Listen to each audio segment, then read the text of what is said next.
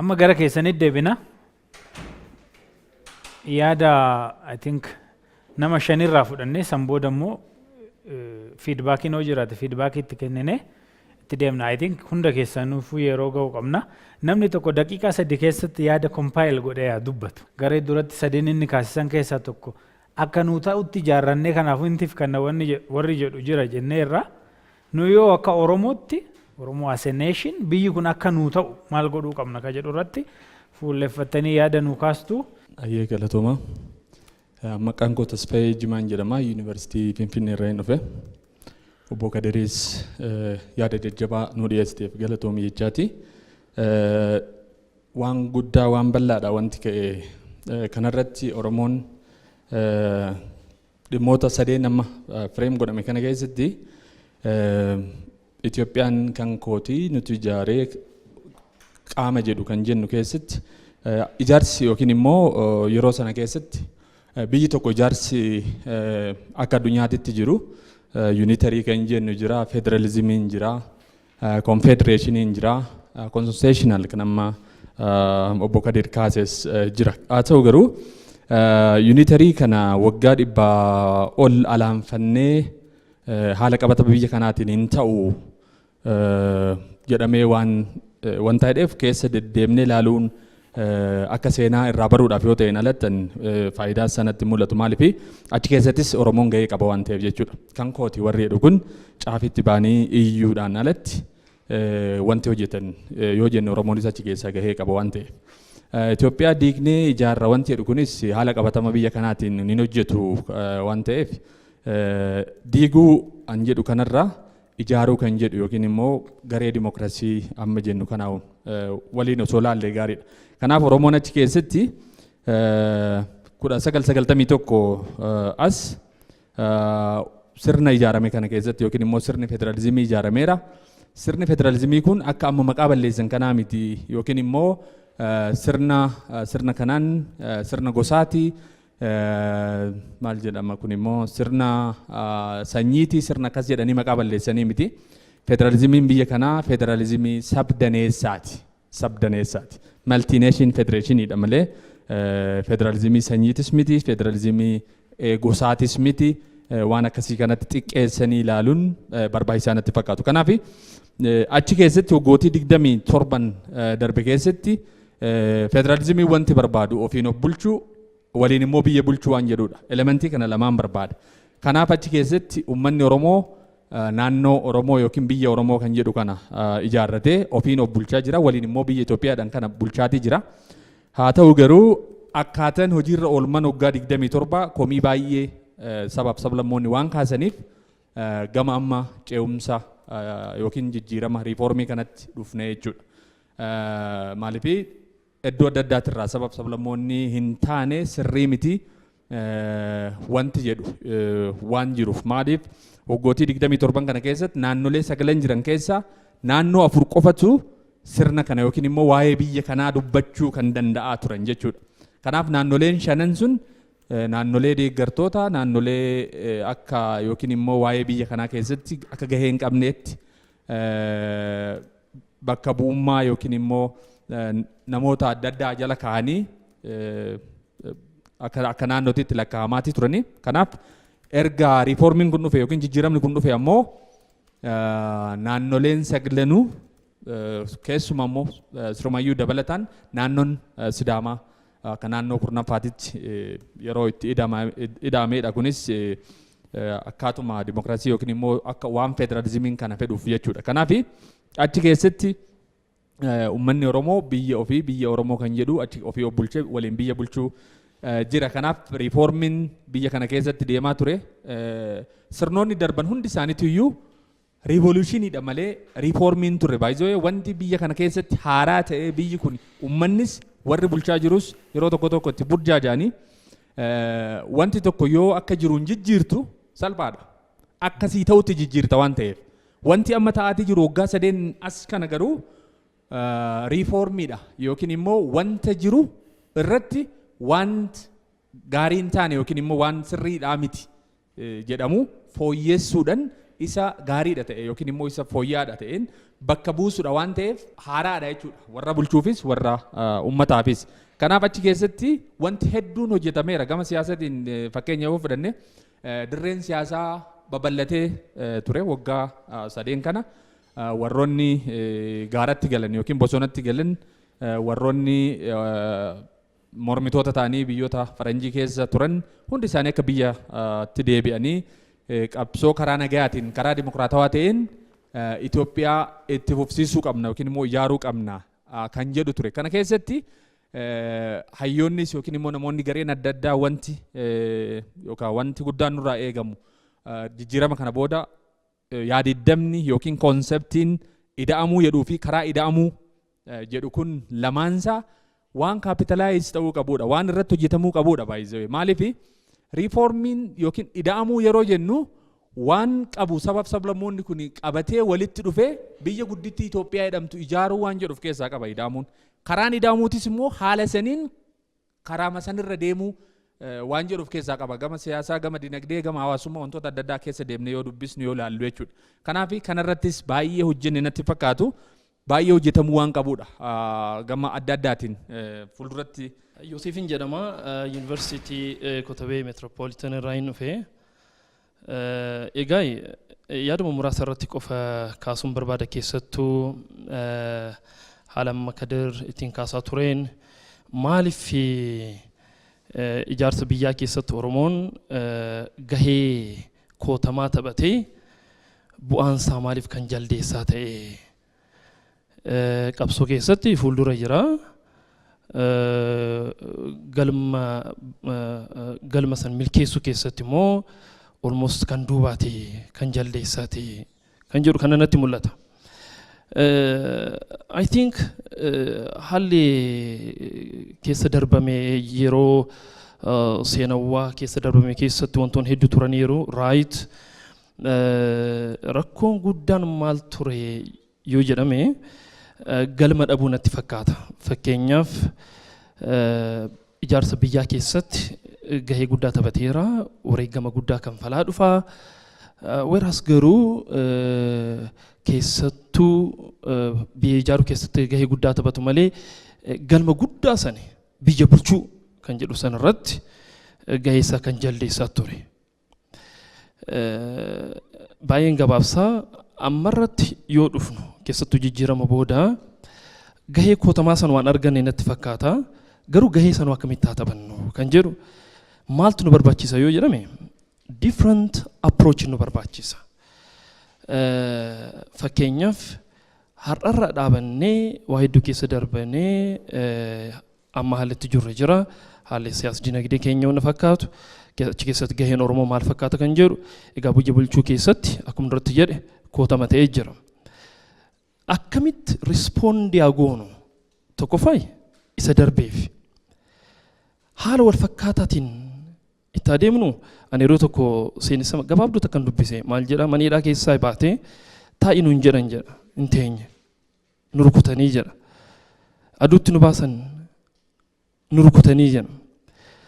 Gaafiin guddaan kun maaf diduu dide yoo jennee haalli diddaaf mijataan turre haalli mijataa argannaan qeerroon qarreen diddaa san cichanii itti fufanii bu'aan guddaa argameera. By the way kanarra kan darbu waan dagatamuu hin qabne qaroomaanis Oromoon qaroomaanis qeerroof qarree qofaa miti wareegama guddaa kaffalaniiru. Qaroomaan meeqa dhabameera waggoota hedduu keessatti. So haala kamiin rispoondii agoonu yaa boonyu Oromoon akkas taanii reebamne cunqurfamne han jedhu kun tokkodha. Dorgommii keessaa seennu kan ajandaa adda addaa bocee ajandaa seet godhee xiyyeeffannaa biyya ijaaruu keessatti gahee taphachuu qabnu hannu dagachiisu waliin isumarra haa deddeebinu maal approach kamaa fayyadamnu otherness jedhu hayyoon Afrikaa yeroo tokko 1960 keessatti asuma Naayiroobiitti wal gahaniiti maal akkamiin cunqursaa keessa darbine san keessaa madaa san keessaa yaa baanu kan jedhu akka solutioniitti kan fudhatame otherness addummaadhaan yaa dhufnu. Addummaan maali inni Afrikaan duudhaa guddaa qabna, aadaa guddaa qabna, injifannoo guddaas qabna. Kana akkamitti gara fuulduraatti qabannee arreeduu nurra jiru kan jedhu irratti haa hojjennu kan jedhu ture. Ani ammas isan fiil godha. Haala adda ta'een waanuma baratame irruma deddeebineetuma dubbachuu, irruma deddeebineetuma gochuu osoo hin ta'in kun furmaata hin fidu. Haala adda ta'een approach gochuun nurra jira, strategic response kennuutu nurra jira. Haala sanii respond gochuun nurra jira. Fakkeenyaaf wantoonni nuti dhabneerraa wantoonni nuti argannis baay'eedha. Tokko imalli hanga ammaa itti deemneerra fuulduratti ganaa kan itti deemnutu guddaadha. Kanaaf maal haa goonu? Isa duuba of course fuulduratti darbatamuuf duubatti aggaamachuun dirqama ta'uu danda'a. Seenaa darbis dagachuun hin barbaachisu. Garuu sanirra kan caalu fuulduratti seenaan hojjechuu qabnu maali yaa'in? Kanarratti dhufuudha. Kanarratti hojjechuun barbaachisaadha. Egaa waa hedduu wareegamneerraa biyya ijaaruu keessatti, biyya bulchuu keessatti maal haa goonu? Central government isaa cimsuu keessatti, sanarratti hojjechuu keessatti Oromoon fail godhee bira darbe. Maaliif? Central waan ta'e tokkotti dhufuudhaaf tokko ta'uun barbaachisaadha. Adda addummaa amantaa waan ta'u ta'a, ilaalcha siyaasaatiin ta'u wantoota walitti araaramuu hin malle irra deddeebi'uudhaan yeroon keenya gubateera. Amma maal haa goonu? Gara tokkotti akkamitti dhufuudhaan centrally cimsuu dandeenya. Professor Cornel West kan jedhamu jira, Harvard University barsiisu waan tokko jiru. Namni biyya hin qabu jedhee kan amanu yoo jiraate nama gaaddisa hin qabneedha jedhama. Yeroo tokko abbaan gadaa qe'ee biyya waliin qabna, qe'ee immoo addatti qabna jedhan dhugaadha. Waan qe'ee addatti qabnu san qofaa miti. Waan biyya waliin qabnu san irrattis xiyyeeffatanii hojjechuun dirqama. Kanarratti hir'ina guddaan nurratti mul'ata. Liqimsinee central government cimsuudhaan kanarratti hojjechuudhaan Oromoon biyya ijaaruuf wareegamee qofa osoo hin ta'in biyya bulchuudhaafis dandeettii guddaa qabu, value guddaa qabu san, virtue decency qabu san haalaan mul'isuutu irra jira kan jedhuna. Galatooma. Galatooma, maqaan kiyyaa Maggisheeti. As waajjiruma pirezidaantii irraati. Bokadir I think waan bal'aa kaaftee akka samarii dhiyeessite. Yaada lama of keessaa qaba jedhee yaada. Tokko Oromoon hariiroo inni Itoophiyaa wajjin qabaachaa ture akkam akka turee fi shoora inni taphataa ture inni kun ammootuyyuu Oromoon of keessatti diteellee deemuu baannu daayinaamiksii akkamitti ture waan jedhu lafa kaayaa turte. Taacha murteessitu jedhee taayyaadhu hariiroo Oromoon Itoophiyaa wajjin qabu akkamitti Oromoon hariiroo Itoophiyaa wajjin qabu akkamitti ilaala maalirraa ammoo ka'ee takkaan itti hubadhetti hariiroo tana Oromoon ka diffaa hin godhatu waan shoora achi keessatti taphadhe jedhee amanuu fi beeku irraa ka'ee natti fakkaata. Yoo sana beekee jedhe hariiroon tiyya tanaa Itoophiyaa waliin wanti an qabu fakkeenyaaf Itoophiyaa tana ijaaruu irratti shoorri Oromoon taphate maali? Oromoon kan hagam beeka seenaa san keessa ormi immoo hammam nu jalaa dho'isaa jira. Itoophiyaa ijaaruu tanatti Oromoo shoora hin qabu jedhee alagaan diffaa hin godhee lafa nuu kaayaa ture. Shooruma nu Adwaa irratti taphachaa ture. Jeneraalota 10 wayii keessaa I think akka 9-8 Oromoodha. Garuutii shoorri Oromoon achirratti taphate dhokfamaa ture, himamaan ture. Oromoonis kiyya jedhee haga gaafa Rabbi isaa araaramu haa caaluun gadi ba'ee Adwaan keenya jedhuutti uggee jechuudha. Adwaan keenya ebaluutu lolee jedhee maqaa yaamee haga inni dhuunfachuu eegaluutti Oromoon sana gochaa hin turre jechuudha. Kanaaf waan goone sana keessaa iffageessaa turre. Ormillee keessaa nu baasaa nutillee akkuma ormi nutti himu sanatti irraa fagaachaa jibbaa dhufnee jechuudha. Hariiroon har'a isii waliin qabnu kunillee diffaayin kan itti ta'aa jiru hariiroo seenaa nuti ormi nu waakkatee nullee if waakkanne sanarraa kaaneeti. Itoophiyaa tana bittinneessuun because waan inni ijaarre tokko waan shoora keessaa hin qabne tokko jigee badee dantaarraa hin qabaattu jechuudha. Kanaaf har'a illee even namni keenya state powerii sana qabatee achi jiraatee tiyyaamitummaan sun nu keessatti warri siyaasaa keenyas nu barsiisaa dhufe nutis fudhachaa dhufe beektonnis waan kana akka Haacaaluun goota ta'ee gabbayee dubbatee Adwaan maal injifannoon achi arganne sun teenna haga inni jedhutti haga beektota keessaallee eliitii keessaallee seenaan kun kenna jennee dhala hin barsiisinitti hariiroon nuti biyyattii akka ummataatti biyyattii tana wajjin qabaachaa dhufnu paaworii biyyattii wajjin qabaachaa isteetii wajjin qabaachaa jiraannu itti fufnu rakkisaa ta'aa deemaa jechuudha.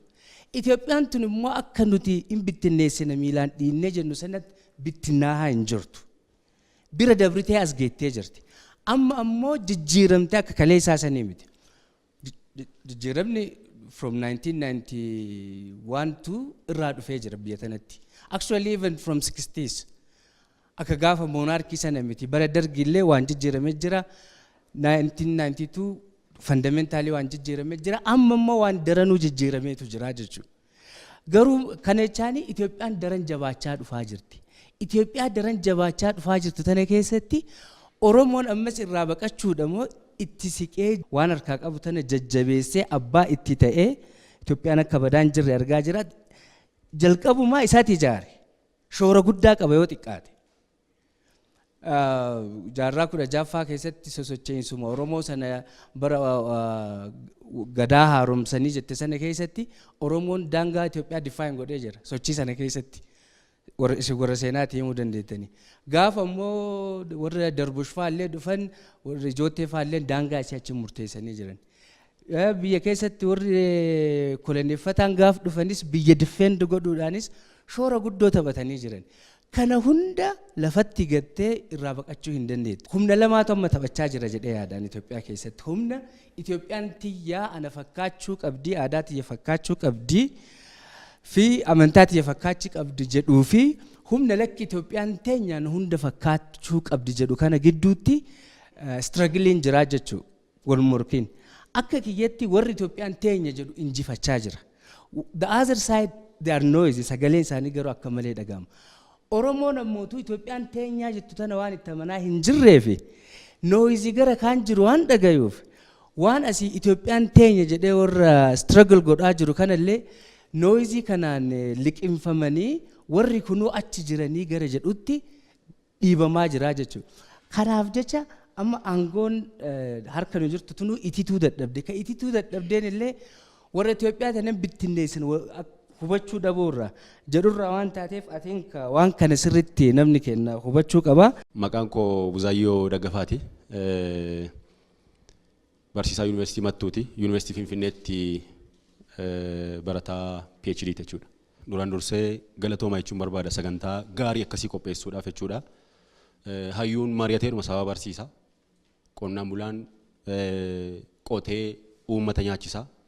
Daldalaan daldalee of jiraachisee biyya jiraachisa. Hayyuun ga'eensaa mari'achuudha jechuudha.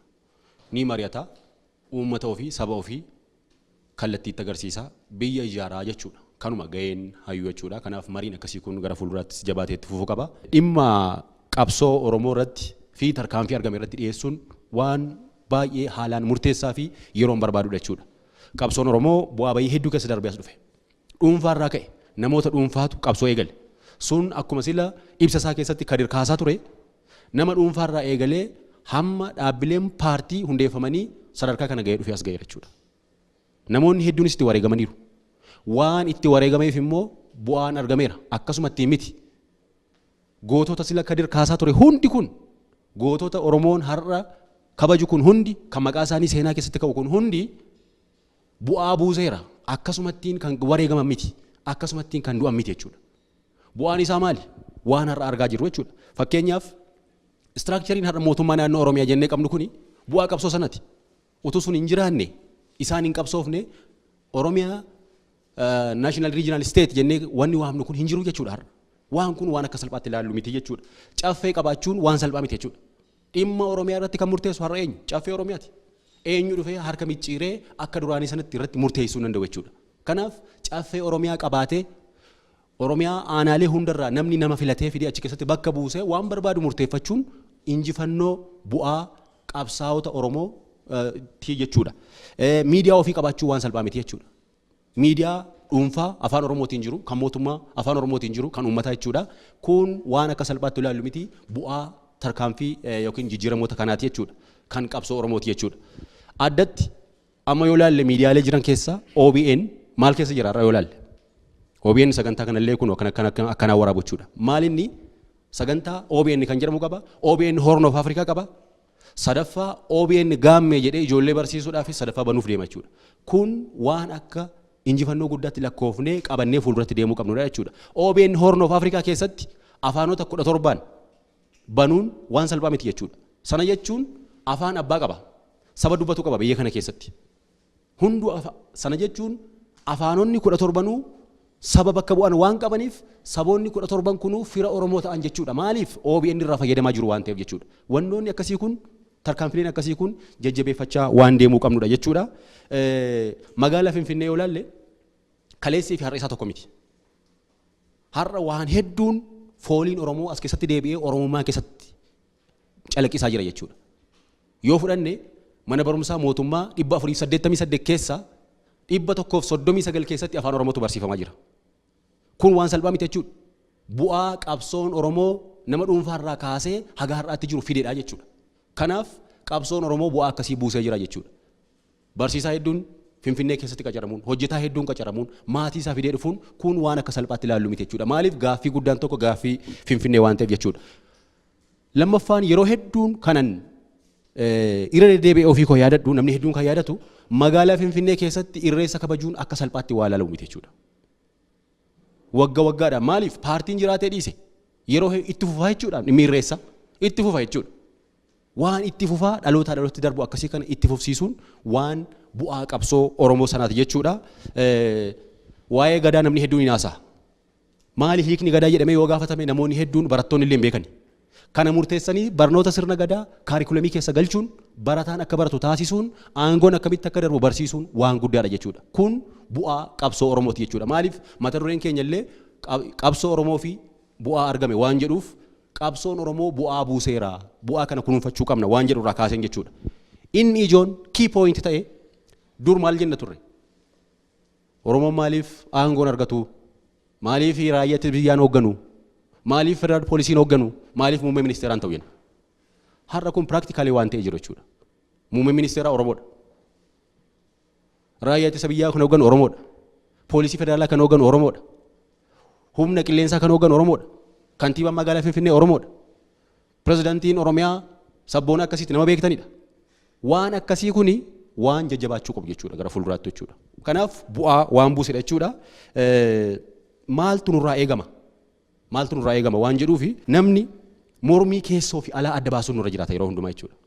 Namni waan akka maatiitti wal mormu qaba. Waan kan alaa mormu immoo qaba. Amma akka maatiitti abbaan haati ijoolleen waan irratti wal falman qabu manuma keessattuu jechuudha. Ni qabu. Garuu mana isaanii ofirratti hin jigsan. Abbaan haadha hin ajjeesu. Haati abbaa warraa hin ajjeestu. Daa'ima ofiis hin ajjeestu jechuudha. Maaliif wal mormii yaadaa ni qabaatu garuu manni sun akka irratti diigamu hin barbaadan jechuudha. Waan keessoo qabatanii deemu jechuudha. Oromoonis waan wal mormii keessoo akka keessootti irratti mari'achaa wal kunuunfachaa waan akka Oromootti akka sabaatti nutti dhufe immoo ofirraa difendi gochuutu nurra jiraata jechuudha akka sabaatti. Kanaaf waan akka sabaatti keessootti mari'annuu fi waan akka alaatti wal irratti falminu adda baasuun barbaachisaadha. Waan hin jirre abdachuun baay'ee barbaachisaa miti. Siyaasa keessatti waan hin jirre abdachuun jira. Waan hin jirre abdachuu akkanumatti hin jira jedhanii abdachuun gaarii miti jechuudha. Dhimma hoolota sadanii yeroo tokko muummee ministeeraa OBN irratti kaasan hoolota sadii tureedhan. Hoolonni sadan kun kilaasii keessa turan daree barattootaa keessa. Namni wayii lakkoofsa tokko lakkoofsa lama sadaffaa irratti immoo lakkoofsa afur jedheetu barreessee ganama barsiisaaf barataan hunduu daree yoo dhufanii hoolaan lakkoofsa tokko lakkoofsa lamaa fi lakkoofsa afur barsiisaaf barataan hoolaan tokko baddeetti jedhee barbaada. Namichi sun teessi isaan gochaa jira malee hoolaan badee hin jiru. Baddee jedhanii barbaadu jechuudha. Waan hin jirre barbaaduun waan hin jirre abdachuun barbaachisaa miti hin jedha. Dhumarratti waan arganne kunuunsuu qabna. Kanumadha galatoomaa. Maqaan koo Taataa Piraayim Miidiyaa irra. Waa'ee barcumaa fi siree kaasee ture. Baay'een inspire na godhe dhimmi sun. Namootittiin waan aangoo gallakkisuu didduuf reefuun ija naaf bante duratti yoo haasoftu. Sireen namatti tola waan ta'eef siree irraa ka'uun baay'ee namni baay'ee barbaadu waan akkasii. Keenya immoo konseptii isaa waa'ee barcumaa isinitti fakkaate barcuma irraa dafanii ka'u. Kanaaf dhimma lamaan kana sirriitti ilaaluun gaariidha. Namni siree irraa ka'uu barbaadu itti oo'eera itti toleera waan ta'eef namni barcuma irra taa'e immoo dafee ka'a waan ta'eef gara lachuunuu kana sirriitti ilaaluun konsepchuwaalii gaarii natti fakkaata. Faayidaa eegsifachuuf jecha. Waa sadi piroobilemaatikii dhadhee yaadaani. Tokkoffaan akkaatuma Oromoon Itoophiyaa kan itti hubatutu rakkoodha. The Oromo perception of Ethiopia. It's a problematic concept. Tokkoffaa. Kun maaliin wal qabata? State formation Itoophiyaa kanaa wal qabata akkuma turutti ati kaaste. Kanaaf discourse Oromoo keessatti yeroo dheeraadhaaf Ethiopia is imposed on Oromo waan jedhu tokko jira. Not always true. Not necessarily true. Gahee Oromoo achi keessaa qabu sana xiqqeessuuf namni tokko itti fayyadameera waan ta'eef. Inni sun immoo reality Oromoo har'aa kana uumeera waan ta'eef. It's dangerous labeling. Lammaffaan akkaatuma immoo the rest of Ethiopia Oromootiin hubatutu immoo rakkoodha. Oromoon akka foreign ta'etti akka bakka biraatii dhufetti akkasitti baqattuu ta'ee jiraatutti ilaaluun kun. This is again equally problematic. Jarri tun waan maaliif akkas jettuun beeku garuu this is again a grand mistake. Biyya kanaaf hin fayyadu waan akkasii ilaalcha akkasii kun. This is dangerous again. Third, the Oromo perception of self. Akkaatuma immoo Oromoo of ilaalutu immoo rakkoo ta'etti mul'ata yeroo tokko. Amma geessu beekuu dhiisu, eenyummaa kee beekuu dhiisu, seenaa kee wallaalu. Wanti rakkisaan akkasii immoo hin jiru. Oromoon akka victimitti of ilaalu isaa. Potentiaala isaa undermine godha waan ta'eef. Footoo tokko nan jaaladha. Footoo san keessatti adurreetu foddaa keessatti of laala. Garuu gaafa of laaltu leenca. Perception matters. But more importantly, wantuma qabatama ammuma geessu san objectively. Beekuun immoo inni guddaadha. Siruma perceptionii dirqama barbaachisaa miti. Objectivityidhaan of ilaalu. As keessatti tokko kaan goobana ta'a, kaan immoo bilisoomsaa ta'ee of ilaala. Oromoon akkasitti ol qodee of ilaaluun is dangerous again. Tokkummaa Oromoon fidu biyya kanas fuulduratti fidee deemu. Jaarmaa Oromoo functionitti kan babaasee adda bibittinneessa kana dangerously again. Kun maal uume? Distorted image of the Oromo uume jechuudha biyya kana keessatti. Oromoonis akkaataan itti of ilaalu distorted ta'e akkaataa gandillee Oromootti ilaalutu distorted ta'e. Kan biraa unhealthy relation of the Oromo with the Ethiopian state uume jechuudha seenaa keessatti. Kabira siyaasni Oromoo wrong orientation akka qabaatee injifannoon akka nurraa dheeratu taasiseera jedhee yaada. Compromise akka nuti hin beekne radicalize goone some of our agendas jechuudha. Ultimately unfinished nation building process keessa nu galchee dhugun akkasitti yaadaan.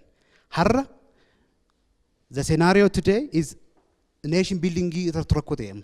State formation dhufeera garuu nation building irratti misunderstanding kunneen hundi bakka jiranitti nation building kun rakkoo keessa gala waan ta'eef biyyattii tan ijaaruu keessatti rakkoolee kana hiikuun baay'ee barbaachisaadha. Jijjiirama ilaalchisee akka gaariitti na ibsaniiru namoonni kaanis kanaan duratti waltajjii biraa irratti taaseera waan ta'eef jijjiirama kana akkamittiin madaalannuti illee the perception level yaalloon malateenu.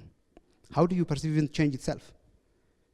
Waan ati dhuunfaadhaan fayyadamteef yookiin immoo faayidaa dhabdeefi moo akkamittiin ilaalta jijjiirama? Akka sabaatti ilaalta holistic understanding of the change itself qabna. Akka biyyaattuu eessaa kanee garamti dhufnee kana madaallee beenna. Kanaaf namoonni baay'een asirrattis burjaajaanii waan jiraniif wanta barbaannus immoo beekuun gabaa baateetu wanta bitatu beektu taana bitteen deebitu. Kanaaf gabaan sun gaafa san hin turre jechuudha. Waan barbaaddu san waan hin beekneef ta'uu danda'a. Kanaaf past and present holistic understanding kan nurraa eegama jedhee yaada. Xumuruudhaaf biyya kana keessatti faayidaa hedduutu jira. Dhugaa dubbachuuf yaada adda addaatu jira. Faayidaa kan eegsifachuu barbaadu stakeholderni isaa baay'eedha. Kanaaf waan Oromoon mooraa seeneef namni wanti hundumtuu Oromoo ta'uu qaba jechuu miti. Biyya kana keessatti saba hedduutu jira waan ta'eef faayidaa san hunda walitti qabanii bulchuu gaafata jechuudha. Kanaaf concessionaliin sun election irratti qofaa miti kan dhufu asitti concessioniidhaan biyya bulchuun baay'ee barbaachisaadha. Orientation akkasii nu barbaachisa waan ta'eef. Kan biraa immoo fira baay'ifachuu irra amma diina baay'ifachuu irratti hojjetaa jiran natti fakkaata ka gaafa ni yaaltu yeroo tokko tokko firoota baay'ifachuu qabna nuti. Kanaaf alliance building irratti baay'ee hojjechuun irraa eegama. Dantaa Oromoof qofa osoo hin taane dantaa uummattoota Itoophiyaa hundaatiif qabsaa'uun baay'ee barbaachisaadha. Kanarraan kan hafe jijjiirama biyya kana keessa jiru addunyaa hundatu dinqisiifate. Kana ragaa kabee addunyaa mara waan ta'eef baay'ee achi keessa seenee naasofnu garuu immoo namni hunduu akkaataa ittiin hubatutu adda adda ta'ee rakkanne tokkoffaa objective measurement of the change itself reformii kana akkaataa ittiin hubanneetu rakkoo ta'e biyya kana keessatti malee silaa osoo takkaan lakkoofne osoo silaa expectationii keenya illee immoo manage gochuu dandeenya ta'e kanarra fuulduratti baay'ee tarkaanfachuu dandeenya iyyuu silaa galatooma. Faajii Caalaan jedhama. Ani dhimmoonni irratti yaada kennuu barbaadu tokko Oromoodhumti kuni akkamitti eessaa dhufe akkamitti dhufe jechuun seenaa bara dheeraa keessatti Oromoon injifannoo inni galmeessee fi kufaatii isa mudate immoo ilaaluun tiraajeektarii yeroo adda addaa keessatti Oromoo duuba deemee ilaaluun barbaachisaadha jechuudha. Saba guddaadha jenna yeroo tokko saba guddaa yeroo jennu maalirraa kaanee saba guddaadha jenna. Sabni guddaa kun immoo rakkoo akkasiitiif saaxilameera yeroo jennu lakkaa'amee maaliif immoo sanaaf saaxilamee kan jedhamu beekuudhaaf akka waliigalaatti egaa sabni tokko uumama gaafa saba jedhamee uumamirraa kaasee hanga irratti seenaa qulqullaa'aa ta'e qabaachuun ulfaataadha jechuudha. Haa ta'u malee seenaan Oromoo seenaa saba Kuush, saba guddaa Kuush wajjin wal qabataa seenaan saba Kuush immoo seenaa saboota gurguddoo addunyaa keessaa seenaa eeramu jechuudha. Kanaaf seenaa faaraoonota durii, seenaa Ijiptoota durii, seenaa Meero'ee, seenaa Nuubiyaa kan wajjin wal qabatee seenaa ka'u jechuudha. Kan Oromooti kan Oromoo miti jedhamee irratti qorannoon geggeeffamuu qaba. Haa ta'u garuu seenaa Oromoo kumuleetiivii achi keessatti lakkoofne Oromoon saba duriirraa kaasee injifannoo gurguddaa galmeessaa ture. Seenaa saba guddaa saba seenaa guddaa qabaataa ture. Isaa as immoo kan yeroo dhiyoo kan waggaa 500 waggaa 600 dura ture yoo laalle injifannoo guddaa bakki itti galmeesse haaromsa sirna gadaati jechuudha Oromoon. Haaromsa sirna gadaa kanarratti injifannoo waan galmeesseef ammallee taanaan injifannoo kana akka kaapitaalatti akka horata guddaatti lakkaa'uun barbaachisaadha jechuudha. Injifannoon kun yeroo warri Awurooppaa wal lolan biyya hundeessuu dadhabanii wal lolan mootota gidduutti lolli ture. Mootonni akka madaallii birmadummaatti ilaalamaa turan. Oromoon sirna egalitaariyaan ta'e hundeesse sirna seeraan buluun keessatti calaqqisaa ture. Instituushinoonni adda addaa qooda mataa isaanii qaban hundeeffaman qabaa ture jechuudha. Peace of Westphalia kan jedhamu jira. Treaty of Westphalia kan jedhamu saniin dura Awurooppaa keessa istaandaardii modern statetiin kan jiru hin jiru jechuudha. Oromoon garuu san dura state formationii instituushinii qabu. State formationii maali waan itti ibsamu instituushiniidha jechuudha. Instituushiniin Oromoon siinqeedhaan sirna bulchiinsaatiin kan bira dhimmuma kanaa wal qabatee jechuudha. Waan naareetiivii wajjin wal qabatee ka'e naareetiiviin biyya kanaa akka waliigalaatti kan Oromoo qofa osoo hin taane rakkoo qaba. Seenaa moototaa malee seenaan uummattootaa irratti calaqqisee seenaa ta'ee seenaa biyyoolessaa ta'ee eenyummaa biyyoolessaa uumuu irratti gaheen inni qabu baay'ee gadaadha. Seenaan sabootaaf sablammootaa jechuudha. Kan Amaaraallee dabalatee namoonni tokko amma akka seenaan Amaaraa qofa dubbatamutti yookiin immoo barreeffamee naashinaal arkaayiviidhaanis maaliinis taa'utti fudhatu sunillee achitti illee guutummaatti seenaan uummataa taa'uu hin dandeenye seenaa moototaati jechuudha. Kanaafuu amma walumaa galatti approachii nuti ittiin deemnu seenaan uummata biyya kana seenaan kibbaas, seenaan bahaas, seenaan lixaas, seenaan kaabaas hundumtuu akka barreessa seenaa keessatti illee barreessa seenaa histooriyogiraafiin illee akkaataa sanaan fooyyee akka barreeffamu gochuun barbaachisaadha. Keessaayyuu social equilibrium kan jedhamu tokko jira. Tiyoorii functionalist tiyooriin illee jiraata. Organic theory warri jedhan illee ni jiraatanii warri system theory illee jedhan ni jiranii garuu sociologically functionalist theoryidhaan ifa wanni sun hawaasni keenya jijjiiramuu fi jijjiiramuu dhabuu irratti wanna sana xinxalamuu qaba jechuudha. Equilibriumiin jijjiiramni hawaasa keenyaa fuulduratti yeroo eliitii yaadu yookiin hoggan siyaasaa yaadu jarmiyaaleen baay'een dhaabbilee baay'een duuba akka dhaabatan wanni godhu equilibriyeemiin wan irratti qoratamee jijjiiramni transformation barbaachisu tokko ni jira. Achirratti hayyoonni keenya yoo qorannoo gaggeessine. Nutmaan Aliyyiin jedhama Yuunivarsiitii Finfinnee irraati. Waan tokko jala sararree bira darbuu qabna waan wal nu gaafachiifne waan ta'eef jedheen yaada. Itoophiyaa ta'uu keenyaaf Itoophiyaa ijaaruu keenya waan wal nu gaafachiisu hin jiru. Namni yajjuu daayinaastii bara dheeraa sani Gondariif Goojjamiin biyyi kun amma caasaa amma jiruun ta'uu baatus haala ammaatiin Itoophiyaan kun akka ijaaramtu gumaacha yajjuu daayinaastii namni hubate namni dhaqee dubbise itti aansee achi booda gumaacha Raas Aliifa bulchaa Walloofa namni hubate itti aansee achi booda yeroo Atsee Minilikitti gumaacha Abbaa Malaa Iyyaasuu mataa isaa hubattan itti aansee yeroo Hayila Sillaaseetti namni Taaddasaa Birruu beeku itti aansee yeroo Dargiitti keessa tokko man isinii kaase itti aansee yeroo Dargiitti namni gumaacha Hayilee Fidaa beeku. Kana caalaa Itoophiyummaa maaltu waa'ee nuti Itoophiyaa ijaaruuf Itoophiyaa keessa homaan qabnuu fi Itoophiyaan nu laallattu keessa maaltu nu galcha nutu itti faajeeyyu. Yoo sirriitti keessa buunee ilaalle nutu caalaa gumaacha qabaayyuu jechuu dandeenya garuu akkas jechuun barbaannu nu. Hamma nurraa eegamu gumaachineerra warri biraas gumaacheera waliin qabannee biyya kana ceesifna waan jedhu irratti walii galle that is enough.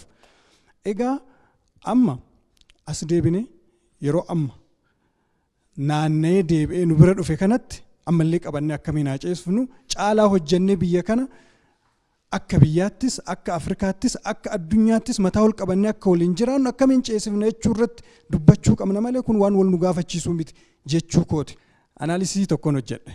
Dr. Abiyyi muummicha ministeeraa ta'anii erga filamanii booda ilaalchi Oromoof jiruu fi ilaalchi Oromoof sabni biraa qabu keessaa gara kaabaatti ilaalchi jiru baay'een isaa burkutaa dhufe. Oromoon biyyoo qabate biyya diigaa, Oromoon biyyoo qabate akkas ta'a, hin balleessa, hin bacancarreessa waan jedhu kana hunda burkuteesse. Ilaalchi sun bira darbeetu sadarkaa addunyaatti Nobel Prize'n kun dhufe. Nobel Prize hin beeka namni beeku. I think hunduu ayyuu waan ta'an hin beekna. Nobel Prize'n kun akkanumaan ummata addunyaa biyyoota 200 keessaa ummata addunyaa biliyoona 7.8 gahe keessaa olma gaanii lafaa kaanii sitti laatu. Kana garuu Oromootu dhugoomse. Amma fira baay'ifachuu keessatti amma maaltu ture? Miidiyaalee anamma ogummaa kominikeeshinii waan qabuuf isan laala xiinxalli koo. Isaati laala amma. Isaati dura waa'ee Oromoo ilaalcha akkamii akka qabaataa ture. Waa'ee biyya kanaa Oromoon biyya hoogganamtu ilaalcha akkamii akka qabaachaa ture. Erga Dr. Abiyyi dhufanii erga immoo bulchiinsi ammaa kun ce'umsi ammaa dhufee isaati akkamitti ilaalaa jira amma ce'umsa biyya kanaa. Akka walootti ilaalaa jira malee akka Oromootti qabateetti miti kan ilaalaa jiru. Haa ta'u malee maali nooyiziin gara biraa baay'ateetu fira amma miidiyaa amma isaati kana ofitti dabaluu jechuun fira baay'ifachuu jechuudha tokko isaayyuu. Saboota biraa ofitti dabaluu OBN irratti miidiyaalee afaan adda addaatiin dabarsu jechuun saba biraa ofitti dabaluu jechuudha. Amma anaalisisii takka hojjedhee maalin argaa isaati waa'ee biyya kanaa irratti gabaasa hojjechaa ture keessa harka 400 harkaa fudhatamee harka 400% harkaa fudhatameera jechaadha.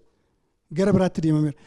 Kana akkamiin akka irra aanuu qabnu kan Dr. Yoosef asii kaase istiraatejikaaliitti deemuu qabna jechuu barbaadeeti galatooma. Akkuma Baqqalaan jedhama Yuunivarsiitii Finfinnee irraati.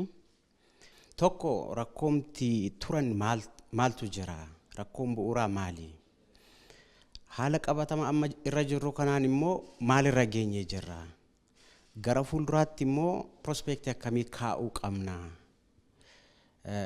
Dhaloonni akka walii galaatti haa ta'u eliitonni keenyi dabalatee ummanni walii galaa akkamiin yaada guddaa tokko irra ga'uu danda'a? Biyya jabaa tokko uumuu fi yaanni jabaan hawaasni qabu jiraachuu qaba.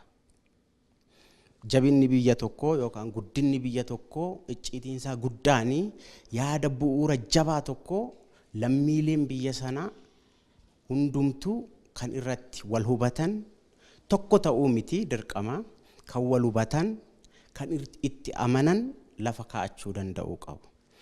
Kana keessatti egaa hariiroo Oromoo fi saboota biroo yookaan Itoophiyaa akka jennu, Itoophiyaan isheen jedhamtu sun immoo Oromoo kan akkamitti ilaalti, Oromoon immoo walii isaa kana akkamitti ilaala, keessumaa modern state building wal qabate kan jedhu sun hiikoo garaa qabaachuu malata. Sana keessa caccabinsa hedduutu jira. Rakkoon biyya kanaa inni bu'uuraa tokkoyyuu rakkoo seenessuuti. Dhugaan lafarra jiru waan biraadha. Haalli dhugaan sun itti interpret ta'u immoo kallattii garaatu jira. Seenaa immoo akkuma Biraanuun Diirama jedhee abbaan akka ofii isaa tolutti dictate godha. Amma wantoota dur caccabaa dhufan sanaa kan deconstruct ta'uu qaban haala kamiin hojjetamuu qabu, dhugaan eessa jira, haala kamiin dhaloonni ammaa kun barachuu qaba, isa darbe akkamitti hubachuu qabna. Isa jedhu sanarratti galteen karaa hayyootaatiin kennamu kun ammallee itti adeemamuu qaba. Keessumaa waraqaa Kadir dhiyeessisuun baay'ee bu'uura, dhugaa hedduu of keessaa qabaa jechuudha. Warroota kana capitalize gochuu barbaachisa. Sabni tokko saba tokko waliin diina ta'ee hin beeku biyya kana keessatti. Siyaasni biyya kanaa siyaasa uummataan adeemu otoo hin taane elliitotaan yeroo baay'ee kan inni overwhelmed ta'ee kan inni entertain ta'aa oolu. Elliitiin kuni actually hawaasa keessaa ba'a. 5 ta'uu danda'a, 10 ta'uu danda'a. Feetii miliyoonotaa kan murteessu elliitota kanaa jechuudha. Kanaaf Itoophiyaa kan nuni define gochaa jirru yookaan interpret gochaa jirru along those few elites. Interestii garaa kan qaban, interestii wal dhiibuu kan qaban, isaan irra dhaabbanneetu har'allee Itoophiyaa kana define kan gochaa jiru. Ormis Oromoo define kan godhu tapha eliitonni keenya taphatan irra dhaabbataniitu. Sabnis akka sabaatti defame kan inni ta'u, kan inni cabu, seenaan isaa kan gurraacha'u, akka yaaddoottis kan inni fudhatamu hojii eliitonni keenya hojjetan irra dhaabbateetu. Egaa sabni kun saba guddaadha erga jennee guddummaan isaa immoo haala kamiini kan inni dhugaatiin amanamuu qabu isa jedhu itti yaaduu barbaachisa ammallee.